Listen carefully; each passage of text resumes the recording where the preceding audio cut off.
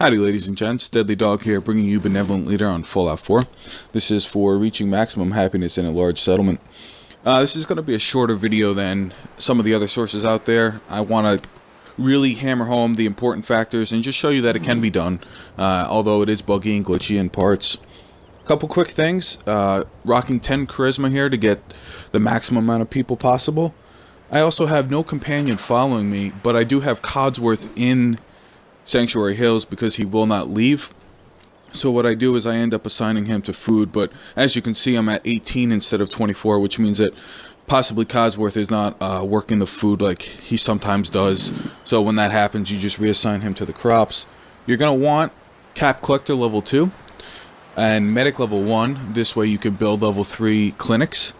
And you're also going to need about 35,000 caps to buy all the clinics, so keep that in mind when you're working toward this. Some of the basic numbers you're going to want to keep a lookout for is 20 people. This way you can work the food and the clinics. Your food should be above the number of people that you have. As you can see, again, mine is not, but it's something that you just assign Codsworth back to. Water in the realm of 39, power doesn't really matter, and defense you wanted over 100. I had 138, which was enough to keep people away for 3 hours of real-life time while I was waiting for this achievement to unlock. So what I want to do is I just want to bring you around town. These houses that I'm showing you real quick, they just have beds in them. That's their sole purpose. I have a bell out here. This way, when I was getting everybody together, I could just find out who was working, who was not, and then assign them. Mutfruits are 1 food each, best choice, since people can do up to 6.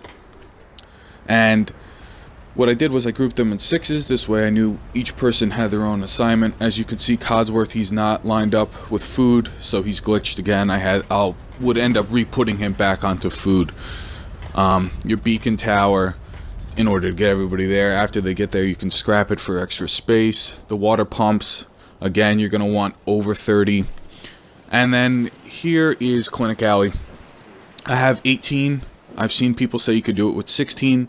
I had extra room, I had extra money, so the extra clinics actually made this whole process go faster, and I didn't get to the point where I got to 98 or 99 and everything stalled. So, as you can see, they're all no-named people aside from Mama Murphy, who, if you're having an issue with getting Mama Murphy to work, simply delete her chair, and then you can move her around.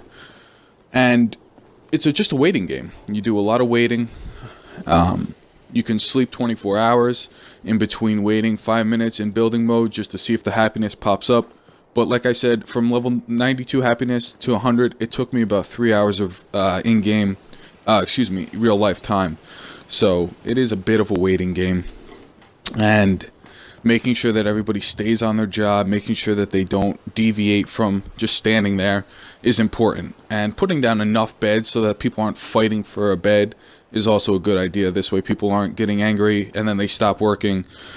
And decorations. If you find yourself slowing down a little bit, if it takes half an hour to get 1 percentage point of happiness, you could build some decorations. I built statues, paintings, flags, whatever it is, you build it and it'll actually boost you up.